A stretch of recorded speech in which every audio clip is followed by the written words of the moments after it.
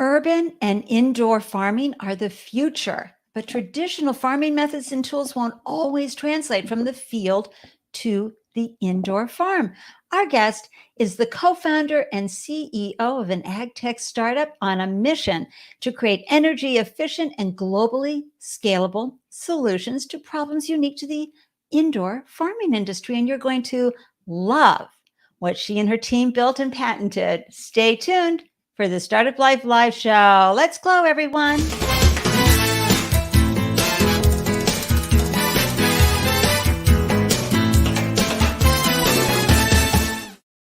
Hello and welcome to the Startup Life Live show. I'm your host, Ande Lyons, 4 times founder and startup champion to founders around the world. And after raising those 4 businesses, I have a deep appreciation and firsthand knowledge of what challenges you're facing and the high levels of uncertainty you are walking through every single day. Congratulations. Thank you for sticking with it.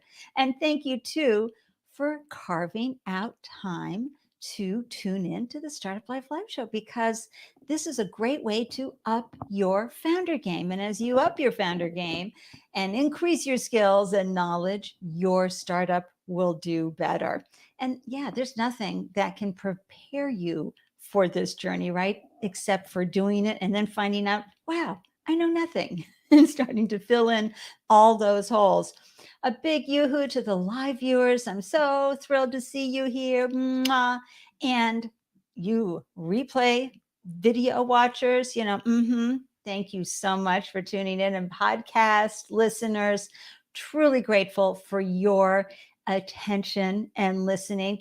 And wherever you are, if you could share this video, share this audio with your tribe, it helps us reach more founders and help those who are feeling really siloed and really alone in their founder journey. So thank you for that.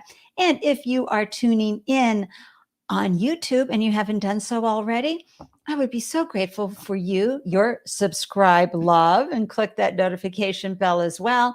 And if you want to get a deep dive on the guests that I have here every Tuesday and Friday at 12 noon EST, join the Startup Life Live meetup group.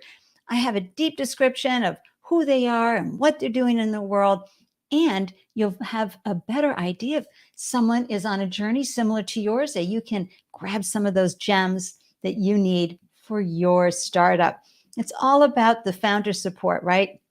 So here are a few delicious announcements for you.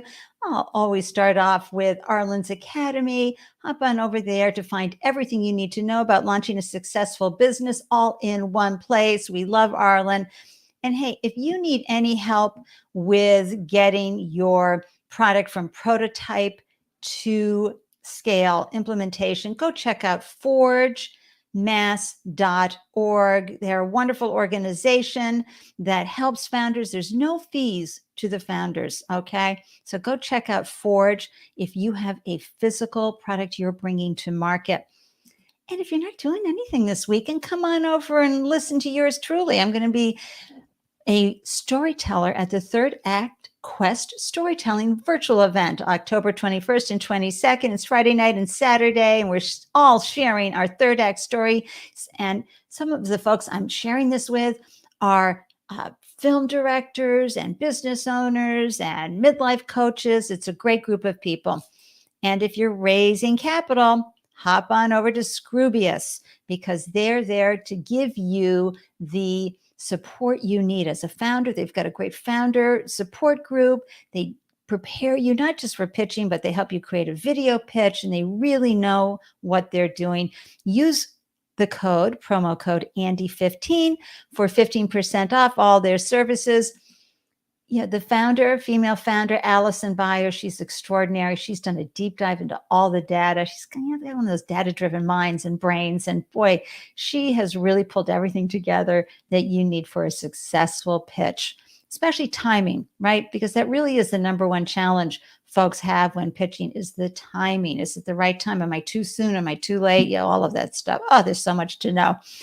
Anyway, moving right along, I can't wait to introduce you to our guest. So let me just pull up the artwork and tell you all about Aja Atwood, serial entrepreneur and inventor. She is the co-founder and CEO of Trella Technologies, an AgTech startup on a mission to create energy efficient and globally scalable solutions to problems unique to the indoor farming industry. With fellow inventor and co-founder Dre, they prototyped, built, and built again, Trella's patented plant training solution, TrellaGro LST, the only automated patented solution to growing tall fruiting and flowering plants via stacked vertical farming. You are going to love this founder. Let me bring her into the room. Welcome to the show, Aja Atwood.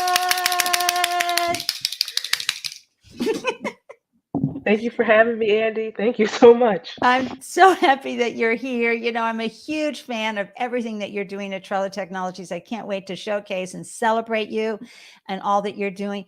Share with folks where you are and why you're there.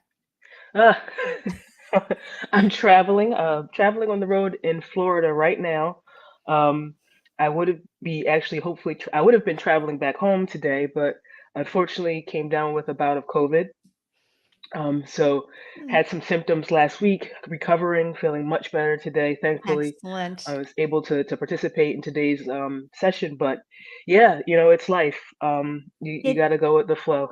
Right. And can I say, folks, as Aja said to me during our little chat before we went live, she says, be like water. So I'm going to just start the show off right now with that stitch that on a pillow moment. Be like water. That's the best founder advice ever, Aja. It's so hard. And folks, you know what it's like. You think you've got your whole day, week, month mapped out, and all sorts of things happen. So I had a cancellation. My original guest for today had to reschedule. And when Aja was putting out about her wonderful WeFunder campaign, which we're going to talk about, I said, come on the show. I mean, what else are you going to be doing down there in isolation and quarantine? Come chat with me. Yay, about everything that you're doing. Anyway, as Ruth says, hi, Ruth. Ruth is from Nairobi, and she is our community manager. She always greets everybody here, and she's saying, thank you for carving out time to improve your founder game. When you do better, your business will do better. Absolutely. And a big hello to Brent, our phenomenal devoted fan. And he's from Ottawa, Canada, a diverse person, where he's always reminding us that disability is innovation. And this innovation plant robot is good for people with disabilities. Okay. Very true. Very true. Well, why is it good for disabilities? I'm going to have to ask you that question when we get there. Okay. Because thank you, Brent, for that. But I want to go back a little bit in time, Aja, if you don't mind, because I'm so curious. Folks, Aja's got this amazing background.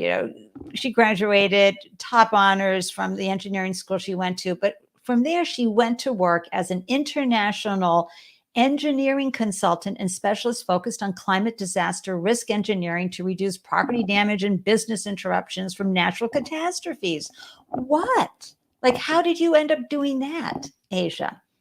Yeah, I would not have imagined I did it. And actually, when I graduated with a mechanical engineering degree from Northeastern, I went into the workforce, and at that time, they were laying off. It was one of those bad times in the economy. Yeah. They weren't hiring. So I went in a different direction and said, I'm going to have to, instead of going the typical engineering route where you get a job sitting behind a desk, let's look around. And I wound up getting involved in what's called property risk engineering. So these are engineers that mainly work for insurance companies, and strange but true, yes, insurance companies have engineers, and their engineers are tasked with going around and trying to figure out, if there's a fire, an explosion, or a natural catastrophe, how bad will it be, and what can you do from an engineering perspective to mitigate it, minimize it, or stop it. And these are for, these are insurance companies that are covering large, high value locations. This isn't just your typical home insurance company. Right. So so when a storm comes in and wipes out a big plant, bridges, things like that. Yes. Airports, power stations, large, casinos, just anything of, I would say, over $250 million or more.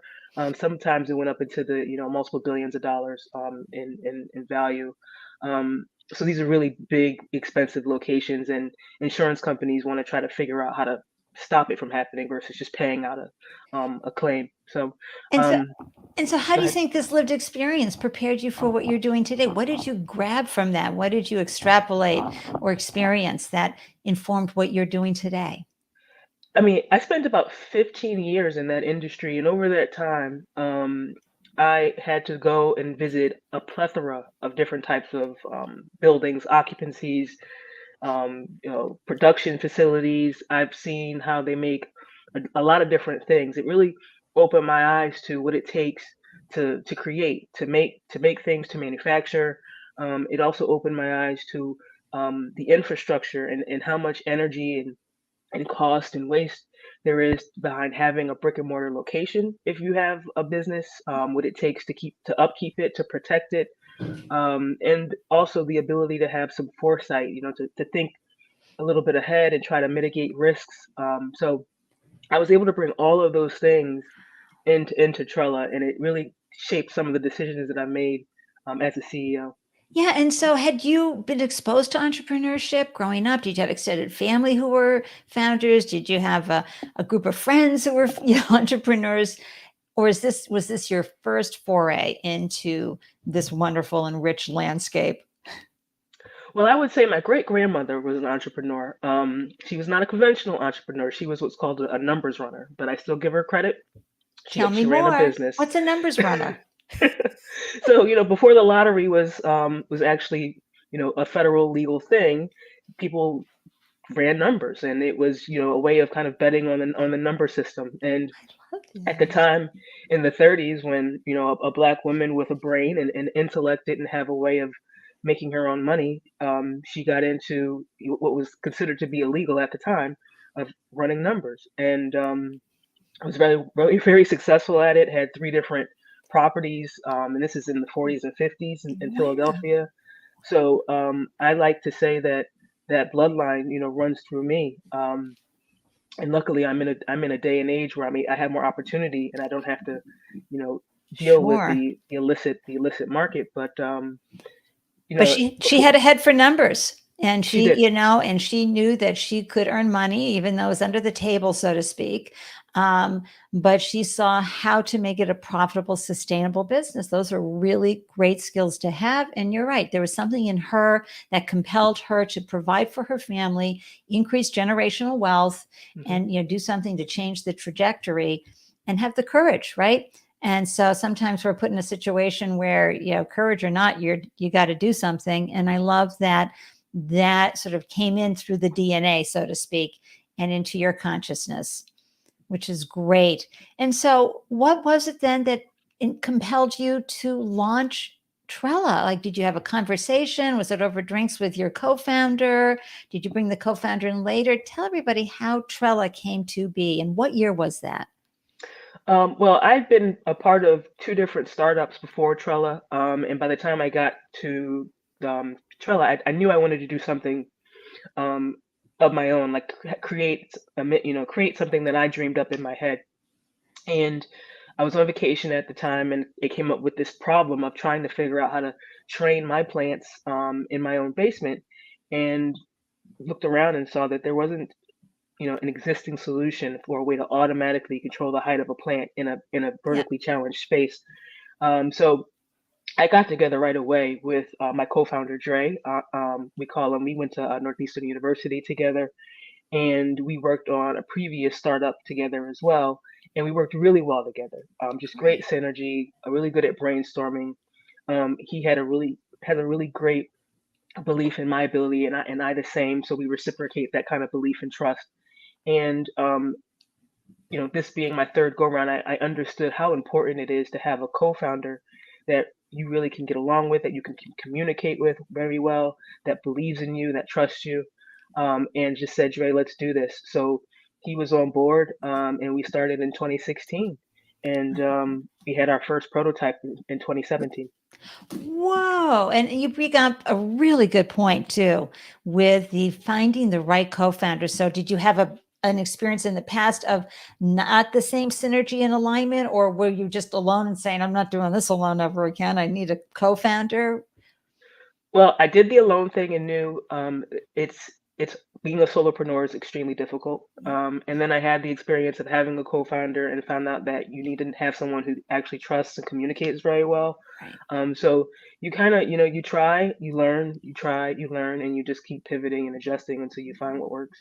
Yeah, and I think that's excellent co-founder advice because folks, goes on for a long time. This is 2016 that they launched. They're 6 years into their marriage. I mean, co-founder relationship. Yeah, it's true. And that is so not easy. So, and of course, everybody's kind of saying to themselves, so she was growing something in her basement. I wonder what that was. But we've been legal for a while here in Massachusetts, and we're all allowed to grow plants here. How did you and Dre develop and build your MVP? Like, how did that begin? Was it like a 3D printout? Did you?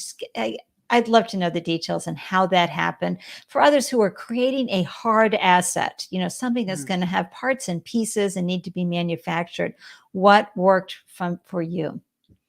Well, we had the benefit of both being engineers, and Dre has access to prototyping equipment, so a little bit of a CNC machine, et cetera, 3D printing machine. So we had that plus that unfortunately not everybody has access to.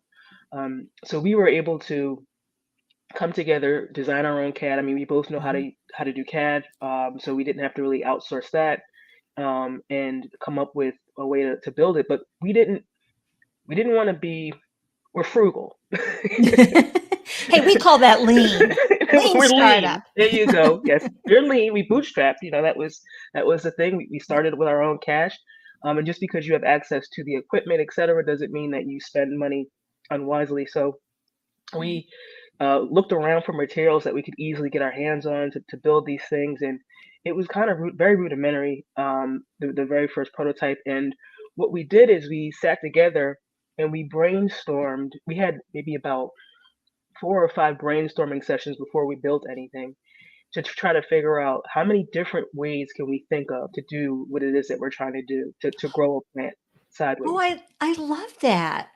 I wouldn't well, of course, I don't have that engineering brain, not that I know of, so I wouldn't have thought, well, let's look at all the different ways. That's a great way to start. Then what happened? So we had about maybe 11 to 12 different ideas, and then we said, let's boil it down to three that we think are the most viable, just by thinking it through a little bit. Yeah. And then we decided to build a prototype that would at least allow us to learn from the three different versions that we had. So we started doing a lot of things by hand. It's now an automated system, but the very beginning, no automation. You're just trying to duplicate what it is that you hope to automate. Wow. And we started there and figured out, this works great, this doesn't, and it changed and morphed. It looks nothing like it did on that very first prototype at all. See, that's they'll reiterate, reiterate, reiterate. Folks, I'm just going to pop up this wonderful slide here with Dre and Asia. Don't you love that photo? The two of them looking off into the future that they are creating. And I love that you both have this great background to sit down and noodle out. That's what it is. You sit down, you draw, you pull, you push, you try different ways. You're bringing your two wonderful engineering brains together to create this outcome. And so as you created the MVP and you got confident that this is something that folks would want to buy, how did you prove your value proposition? Because folks, it's really where a lot of times startups fails because they come up with this brilliant idea and they think it's wonderful and they go to prove it, i.e., people will pay for it and things can fall apart really easily.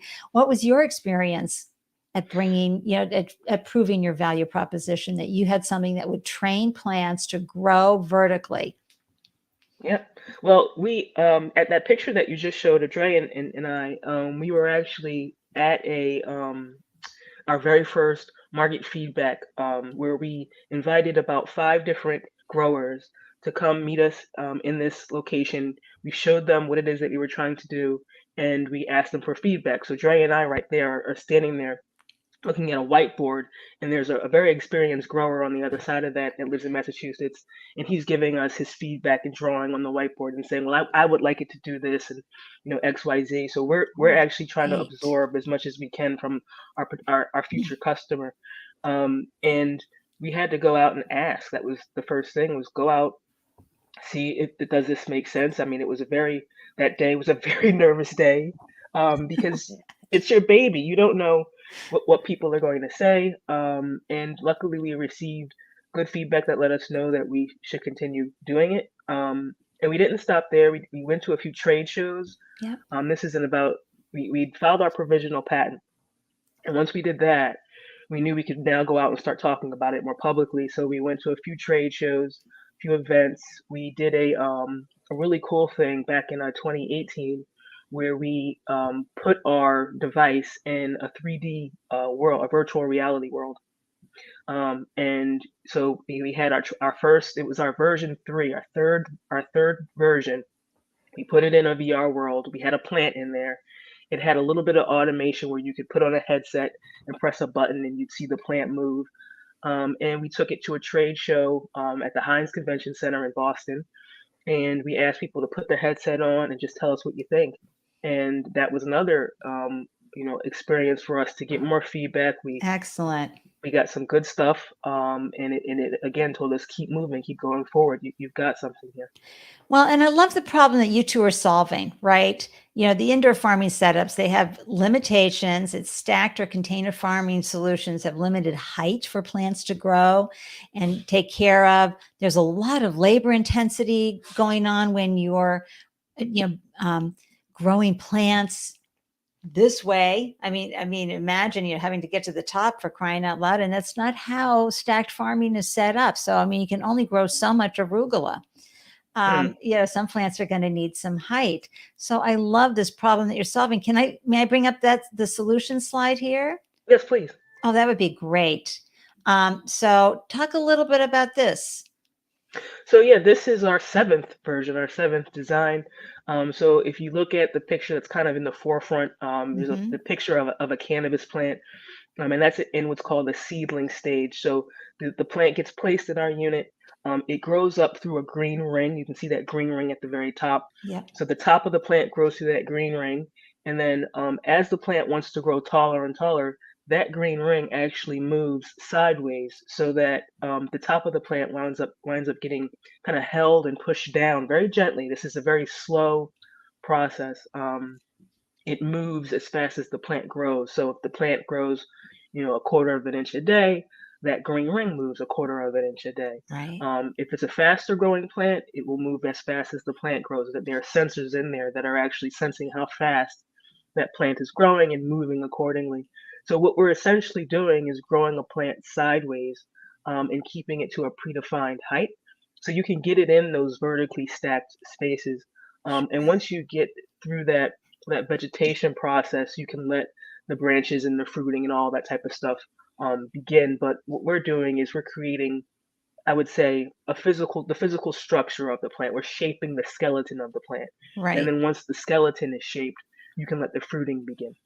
Wow. And, low stress, folks, that's really important because the plant will die on you if it's getting pushed around too much, right? Yeah, yeah. Or you can, if you damage it, there are lots of other traditional methods that people use, things that are called scrog. Scrog is screen of green. There's a term called lollipopping, where you're cutting a lot of the branches at the bottom Yep. and creating a plant that looks like a lollipop at the top. And those are ways to get more out of the plant for sure, but they require skill, time, patience, access. So if you talk about disabilities, that's kind of where this gets tied into it. And if you don't do it correctly, you can overstress the plant, which means you can slow it down, slow down the rate of the growth. So the plant actually stops growing because it's wondering, what are you doing to me? Hold on a second here. Um, or whenever you're cutting, you're creating, a place where pests and pathogens and bacteria to get into the plant. So you don't want to overcut, overstress, over trim your plant if you don't have to. So what we're doing is a low stress technique where you just bend the plant sideways very gently as it grows slowly over time. and allow it to grow as fast as possible so that you can get the most out of it as quickly as possible. I love that. And yes, Mia Voss says, woohoo, come to Colorado. Sure. Thanks, Mia.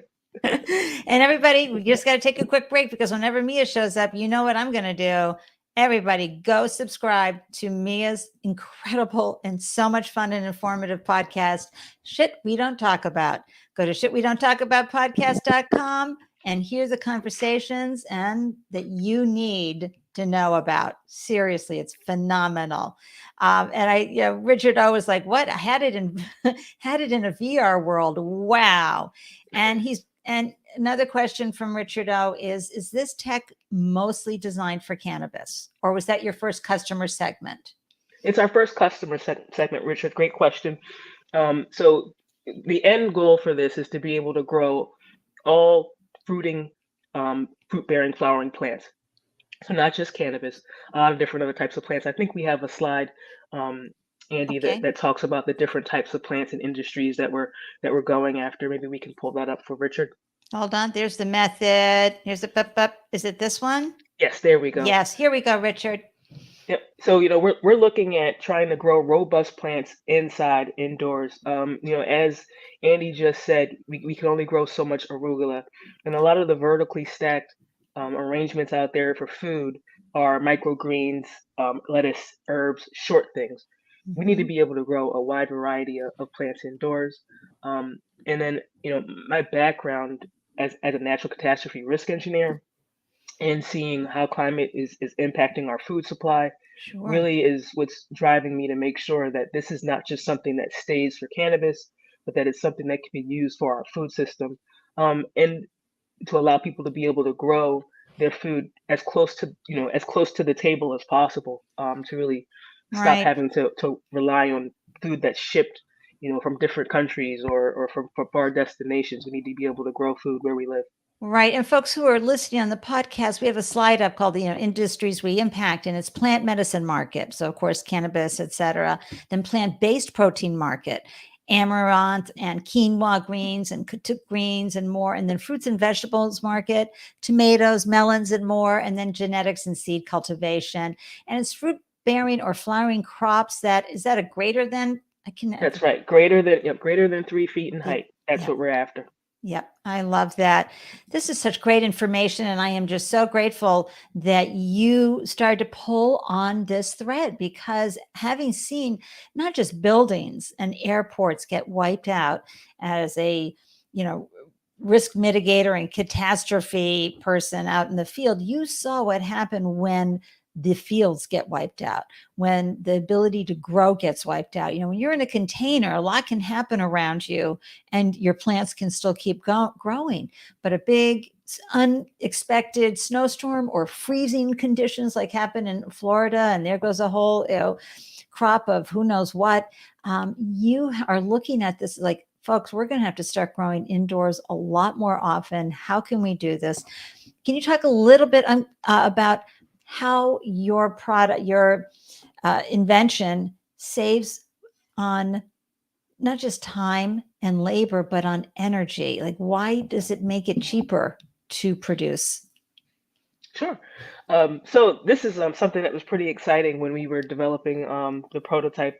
I don't know if you can bring up a slide. We might have a slide, Andy, about that LED and energy saving. Nope. Okay, hold on. Nope, I don't have that slide. Oh no, unfortunately, maybe it didn't make it into the download. That's okay. It's okay. We'll describe it. Yes. So if you can picture a plant that's growing sideways, Yes. if you're holding it to a certain height, that means that you can use LED lights, and you can get those LED lights very close to the plant because you don't have to worry about that plant potentially growing a little bit too tall and getting into the lights. If you can hold it to a certain height, you can hold your LEDs to a certain height as well. Yeah. And what that enables you to be able to do is to dim down those LEDs so that you're reducing that energy cost. On Yeah. top of that, what we also were able to do, and if you bring up the method, there was a method slide, Andy, that'll help you. Yeah.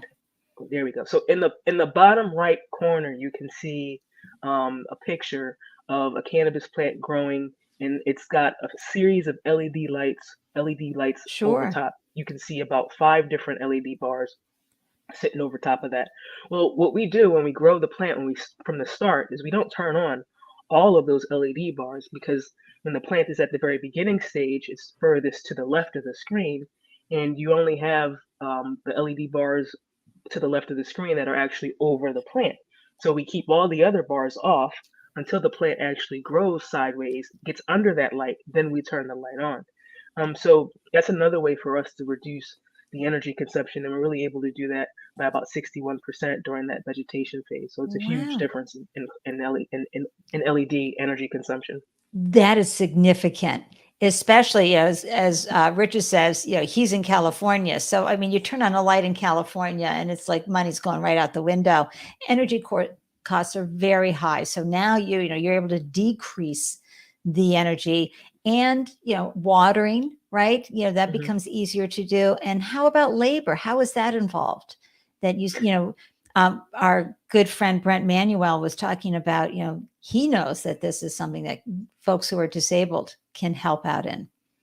Yeah, I mean, so because it's an automated process, it's automatically, creating that vegetative structure, that skeleton structure for you. And if you didn't have that, you'd have to do it by hand.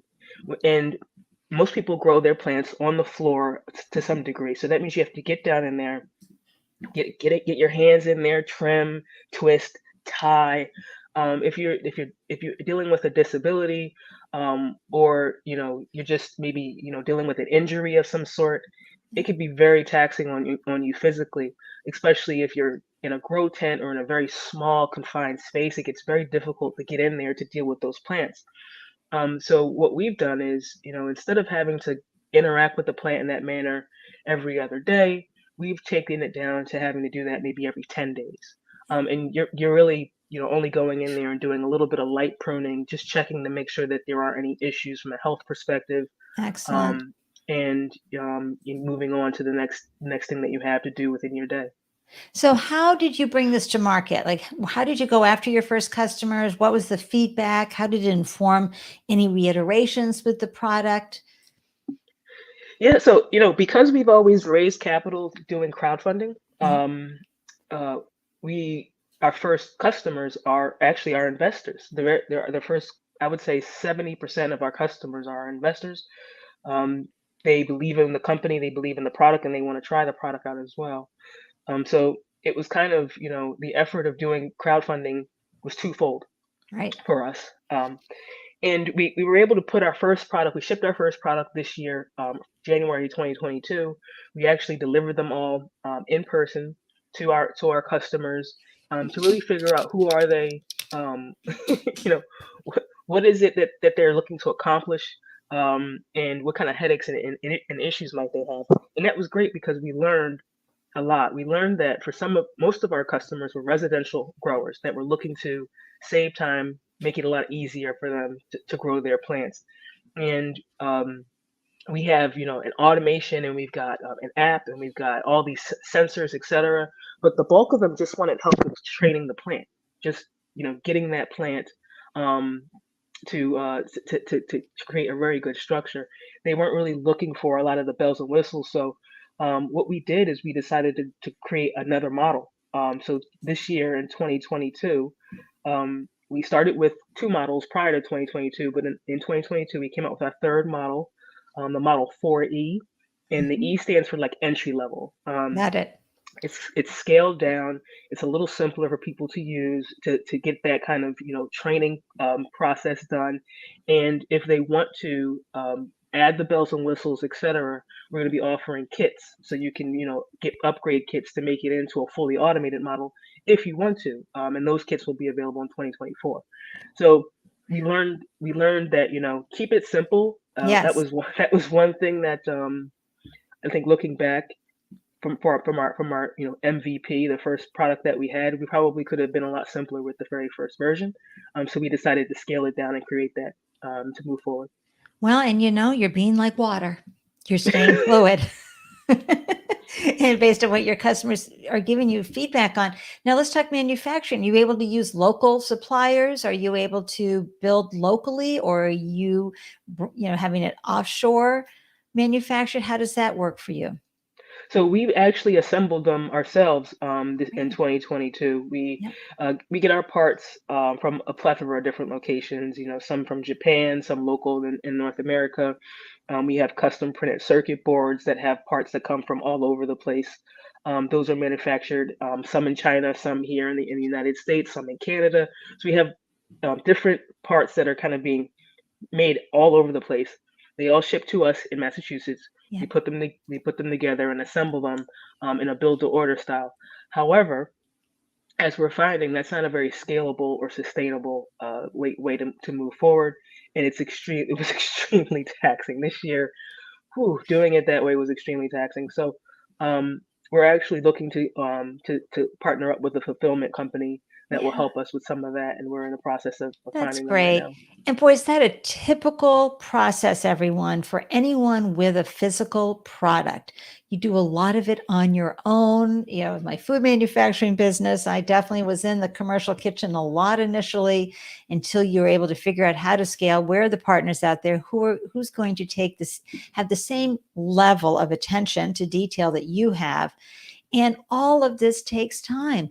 Don't kid yourself, folks tuning in, that you can be an overnight success. It's usually, the 10-year overnight success Mm, is what's going to happen, especially when you're dealing with physical prototypes and products.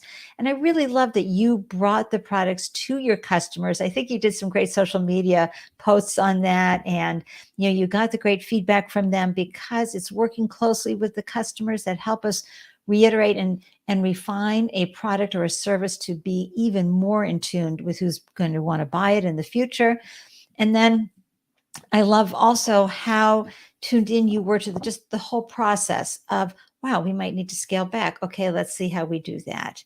mm. Um, let's talk about, because you did the crowdfunding initially to raise the capital to get to where you are today. And folks, it's so important when you do, and it's the beauty of doing crowdfunding, because you have a built-in community, and because you don't have to be an accredited investor when you are part of a regulation crowdfunding or equity crowdfunding process. Fans, can slap down $1,000, 5,000, or 150, 250. Sometimes there's a minimum, but you feel like you're an owner, and you get to take joy in the process of watching and supporting this company getting built. I want to bring in your current WeFunder campaign real quickly here, and so we can talk about this and share with everybody where you're at today, Yeah. because we learn a lot from our founders who are using regulation crowdfunding, and how that's working. So talk a little bit about how and why you're doing crowdfunding again versus traditional. Well, um, if you look at the stats for VC funding for um, African American women, Yeah. it's less than 1% of the funding comes to us. And I always thought from the very beginning that I probably have a better shot with the larger community, selling my ideas to the larger community than I might have to someone who doesn't look like me or understand my background. So we are going to, continue to do crowdfunding. That will always be a staple of how we raise funding. Right. So what you can do is you can do one round and then you can take a pause and then you can do another round. So this is our second round of regulation crowdfunding. The other reason why I like doing it this way is exactly kind of as you mentioned, Andy. Anyone can get involved. Yeah. Anyone. You don't have to be an accredited investor. You can be, you can put 250, 500, whatever you're able to actually invest and know that is not going to, be an issue if because you are investing and there's always that Yep. risk. But anybody can be a part of it, and we're able to build that community too. That's right. It's And folks, I want to take you through Trella's crowdfunding campaign. You can find it at wefunder.com/trella.technologies.llc. Links will be in the show notes. But this is what's so important, is being able to put out, what are the highlights? She's got them listed here. Who's the team implementing and executing here? And then we've got the pitch itself. And here's the growing market, cannabis industry, vertical farming industry, and, the high level, 359 billion in the global cannabis cultivation market, 21.2 billion in the projected vertical farming market. These are all really important pieces of information so founders can get more, investors can get more comfortable with your investment. Here's the, we found the problem and the existing solutions that aren't working, and then their solutions. So you're learning a lot about this company. And that's another wonderful thing. It gives you, for your $250 or $500, you're when you invest in a company like Trella, you have an opportunity to see a return. I mean, you could go out to dinner and spend that money and not have anything to show for it. Here you have an opportunity to help a company grow and do something so important for the planet, and add value to the world and your own equity stake in the company. So, and I love your timeline here with the plant going out to the right, et cetera. So anything else that you'd like to say about your campaign? I just scrolled down real quickly, but to give everybody an idea. Yeah, if you click at what people say, Okay. in the top, up top, you'll Up, what see, people say. Yep. yep, Oh, hey.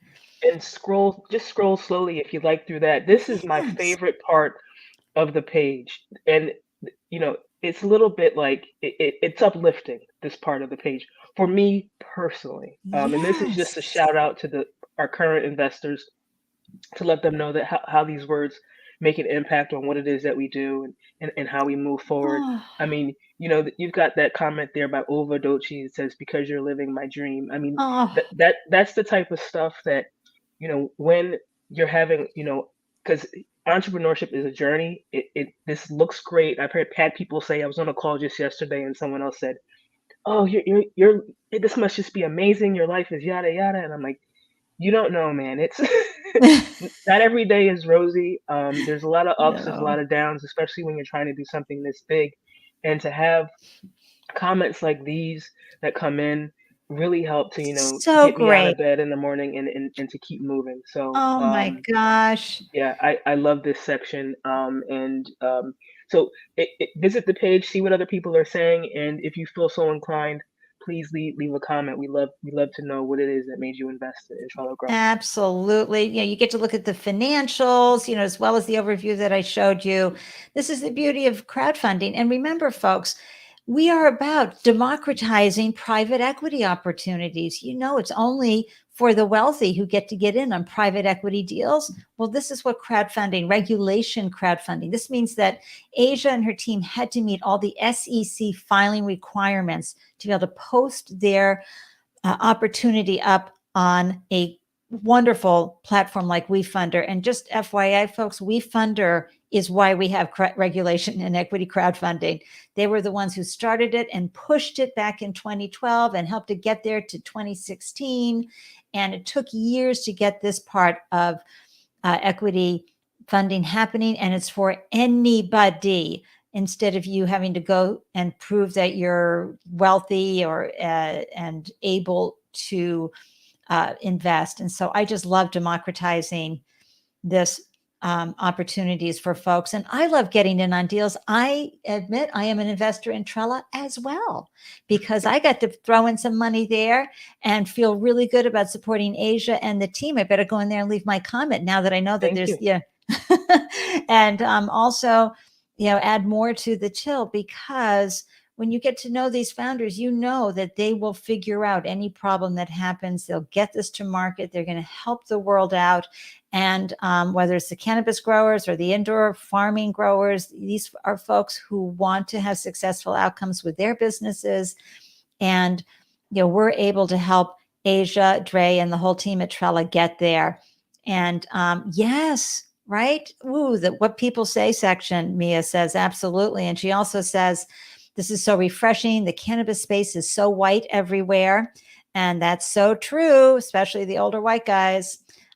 We see it here in Boston all the time. And then I love Ruth's comment, which is, you identified the need and made a model to meet your target audience needs. That's a great lesson for all of us. Thank And you. oh, Richard had a question. I didn't see that, Richard. Is this soil grow or hydro? Both. We tried to make this as versatile as we possibly could for you, Richard.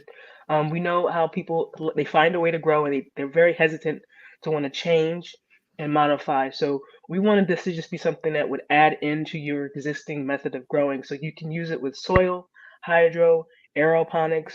You can use it with different types of lighting systems, HPS, CMH, fluorescent. We prefer LED because it's the least energy consuming. But yeah, Richard, check out our website at Trella.io. Click on that residential button, and you'll be able to learn more and also enter to win a contest that we're running as well. So, yeah, we've got a lot of information on our website, Richard. But yeah, we tried to make it as versatile as possible so that you could do what you wanted to do. Yep, this is so important. And also, what you were talking about too, as far as the getting the funds in, how you can do it and doing it this way can be really helpful. Folks, take a look. If you're having a hard time raising capital, take a look at using a Reg C platform for growing your business, because we know the stats and they haven't changed for 30 years, and I don't see them changing yet either. Getting women, white women get maybe 2%, and then you've got Black women, you've got Latina women who don't even show up on the scale. It's just awful. And so this is another way, but it also gives your fans a wonderful way to get involved. Warren Buffett always talks about being an owner, right? Be an owner. Well, it doesn't Hmm. have to be on Wall Street. Okay. You can be an owner of these wonderful companies like Aja. And any other thoughts you want to share about your WeFunder campaign before I ask you a few more questions? Well, as you may have seen, maybe not. Just want to make sure it's obvious. But there's only about 6 days left. It closes on Monday.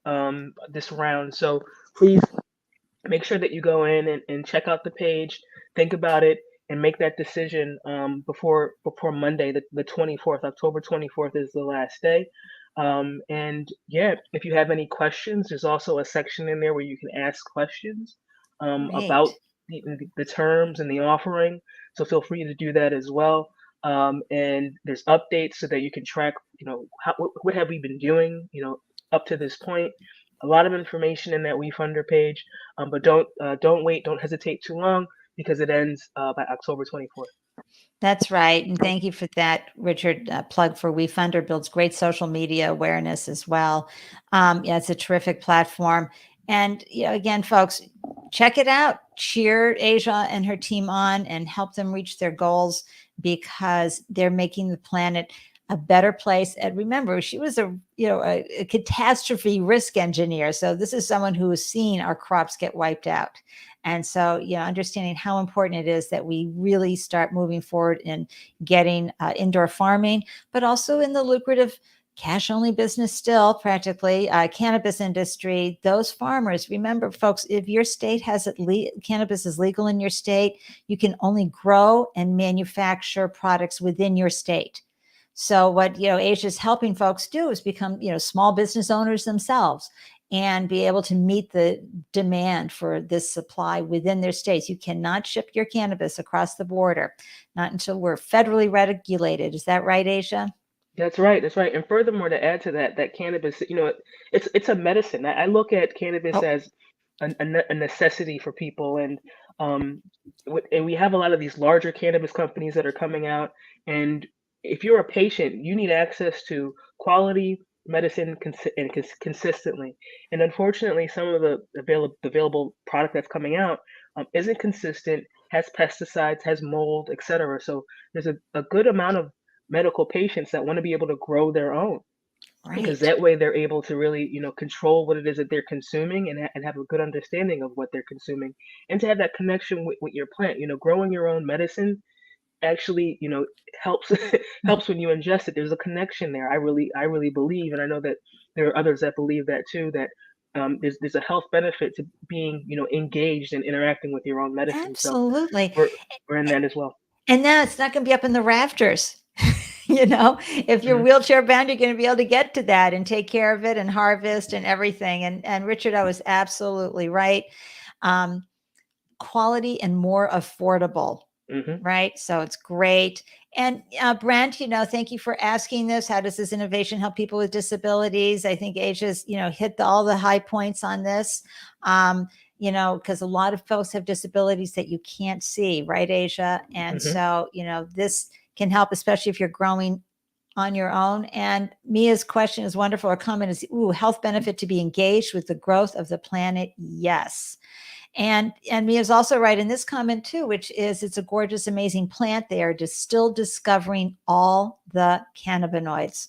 That's right. Seriously, I mean, if you dive deep into the medicinal properties of cannabis, it's pretty friggin' amazing. Hmm. Um, so, you've been at this for 6 years, Asia, right? I mean, and I'm sure there at different stages, you're like, oh, this is what success would look like. And then a couple of years, no, this is what success would look like. And, I'd like to get to success could easily be, I'd like to be here still tomorrow, right? But where you're at now, 6 years, where you've delivered the product to folks, you're looking at getting it so they could be manufactured to scale. Hmm. What does success look like now for Trella Technologies? It's simple progress. Are we better than we were the day before? And have we learned, from our mistakes? It's progress. I don't have I mean, we have quantifiable goals, but those are not what we tie towards success. Because our goals are lofty. We're valued at a multi-million-dollar company. We have revenue goals that are in the millions of dollars, and that's not something that you just snap your fingers and achieve overnight. So if I use that as success, I would be heartbroken and depressed all the time. So what I have to do instead is just go, okay, are you better at marketing this month than you are last month? Yeah, good. Do you have are you doing better with engagement and interacting with more customers than you were last month? Yes? Great. Keep moving. Keep moving, keep moving. Oh So my yeah, gosh. we've simplified it.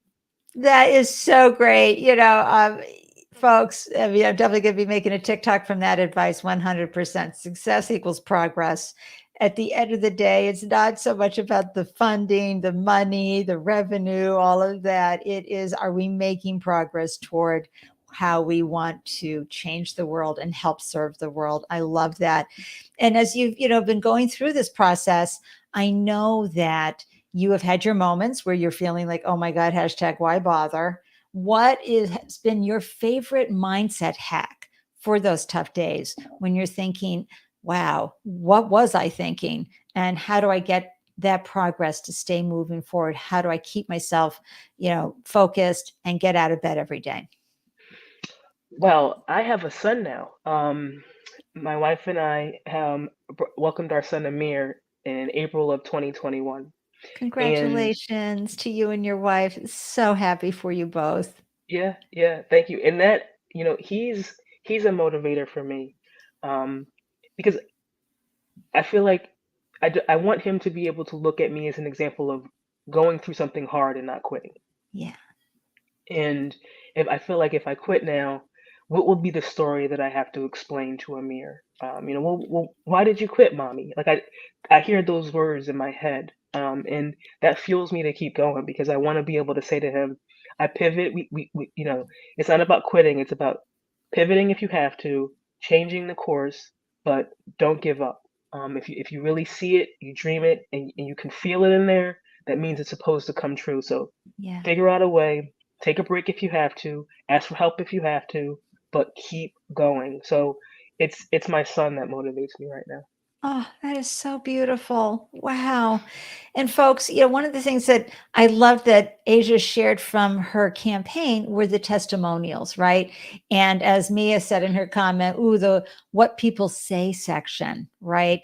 That is a wonderful thing to do. If you can save testimonials, put them on a Pinterest board, put them somewhere where you can see them frequently for those days you're struggling to get through is amazing.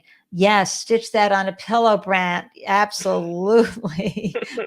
My son keeps me motivated moving on along. And Brent has a wonderful question, which is how can the people with disabilities support your company? How can the disabled community add wind to your sails? Well, I would say, spread the word about what it is that we're doing in our WeFunder campaign. You can also, of course, invest to become a partner and an owner in Trella Technologies. That's, we only have that for a limited time. But if you're not able to do that for whatever reason that might be, um, spreading the word, social media and these, algorithms are nasty buggers. Oh boy, geez, and they're fickle as the They're day is fickle. long. Yeah, yeah, and so it's great to have a really great idea and to have this all this potential to make an impact on the community. But if people don't know about it, it's all for naught. So one of the things that we spend a lot of time, energy on is trying to spread the word, and to have other people doing it for us is incredibly more valuable than us doing it ourselves. So Yes. please spread the word, share it with your community, and invest in Trella Technologies before October 24th. Oh, everyone, amplify, amplify, amplify. Okay, that is what we're here for. It's certainly the mission of the Startup Life Live show is to amplify a founder and their business. And I can't think of a better company to really share on your social feed, wherever that is, multiple times. It's okay, especially on Twitter, because the feed goes by so quickly. Share as often as you can, but certainly on LinkedIn, and encourage people to take a look at the campaign and see, if it's a fit for them and where they'd like to invest their money instead of spending it eating out or, something that doesn't add value to the planet. And finally, you've been on this journey, as I said before, for 6 years. How has entrepreneurship enhanced your life? How has it helped you both personally and professionally, Aja? Hmm. I don't get frazzled by much.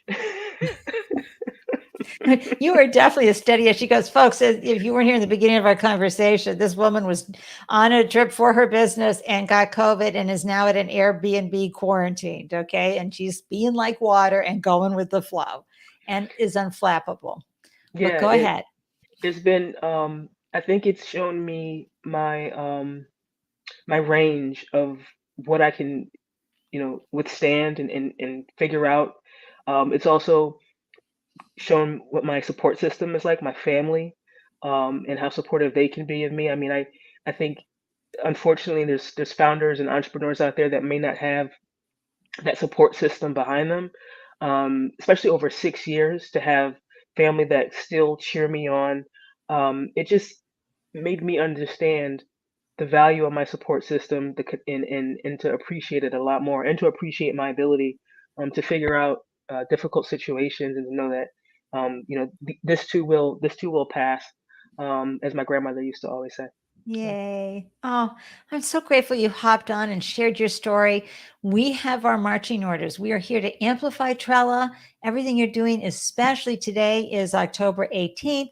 So for due October 24th, we're all going to keep sharing this video, keep sharing Trella, hop onto wherever Trella is. All the links are in the show notes, everybody, to the WeFunder campaign, to all their social media. They have a really fun Instagram as well as Twitter. They're very active.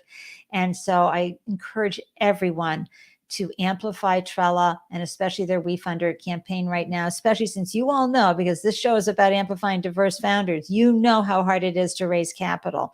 So we need to democratize the equity raise and everybody chip in when they can to help a founder grow and glow in the world. Any last thoughts before I pop you in the green room? Uh, thank you, everybody, for your time, your attention. Andy, thank you for the opportunity to share what we're doing with your audience. And yeah, check us out and stay tuned for more. Absolutely. I'm so excited to watch you grow. You do phenomenal. You do great social media. Everything that you're sharing on the world is so valuable and important. And I've been watching you for 4 years and I'm excited to see what the next 4 years bring. Thank you, Andy. All My right. peace Good. and love, everyone. Bye. Okay. And pop you in the green room and wrap up the show. Oh my gosh, folks, amplify, amplify, amplify. That's the most important thing we can do for all founders that are out there. Speaking of which, we have a great show coming up on Friday with Janelle Jones. We're going to be chatting with her. She's the founder and CEO of Janelle & Co. And it's a boutique consulting agency that takes service-based brands to the next level with growth-based holistic marketing strategies. Janelle is a bundle of joy. You're going to love meeting her. She's been at this for about 12 years. So we're going to learn a lot from how her company has evolved as marketing changes, right? And evolves, and how people bring services to the world. And how do you know whenever I post a new show on the Startup Life Live show, you hop on over to our meetup group and join us. So you get an announcement whenever I have a new founder sharing their business or an investor on sharing their advice to help ease your founder journey. I'm all about maximizing the joy and easing the heartache from anybody's founder journey. Until next time, remember, you've got this. You will figure it out. You are a problem solver. I am cheering wildly for you from Boston and wishing you a delicious day until we see each other again. Mwah to all. Thanks again for tuning in. Cheers.